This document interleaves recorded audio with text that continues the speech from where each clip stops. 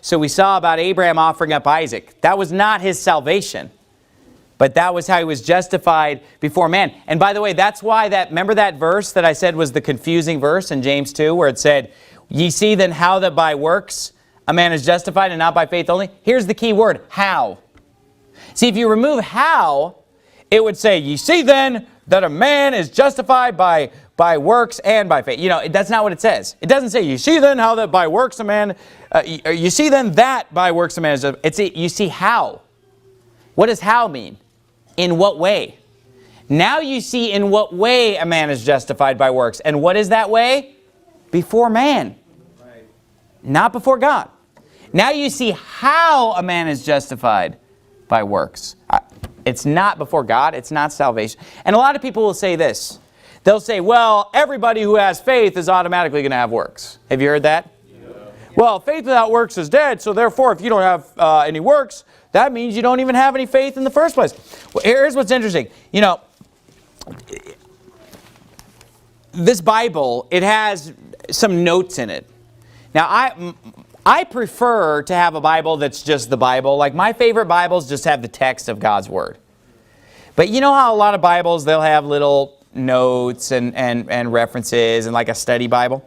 Well, in this Bible that I'm preaching out of this morning, it has a little 3-paragraph introduction to the book of James. Okay, and listen to what it says.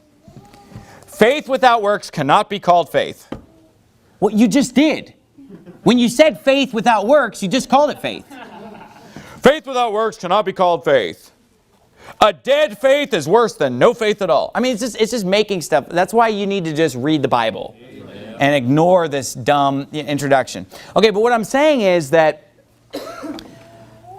people will say, well, faith is always accompanied by works. Okay, then basically the statement faith without works is dead is meaningless. Yeah. What he should say is faith without works doesn't exist. Right.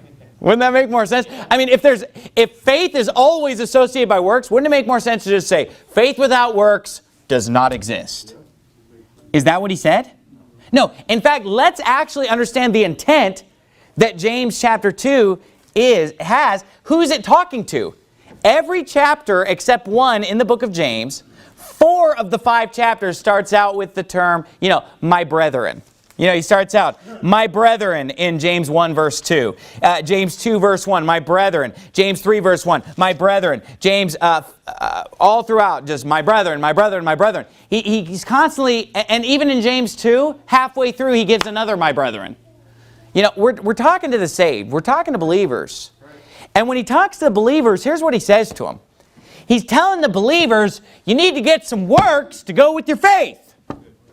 Now listen, if faith just automatically produced works, he wouldn't even have to say that. Because it'd be automatic. It doesn't even make sense. They're missing the whole point of the passage. The whole point of the passage is to show your faith by your works. And not to just sit around, I have faith. Do the work. Because he's talking to people that are already saved. And then people will try to turn James 2 into a salvation passage. When James 2 is a get-to-work passage for people that are already saved. Yep. Be like Abraham and don't just get saved like he did at age 75. Go out and do the work at age 130.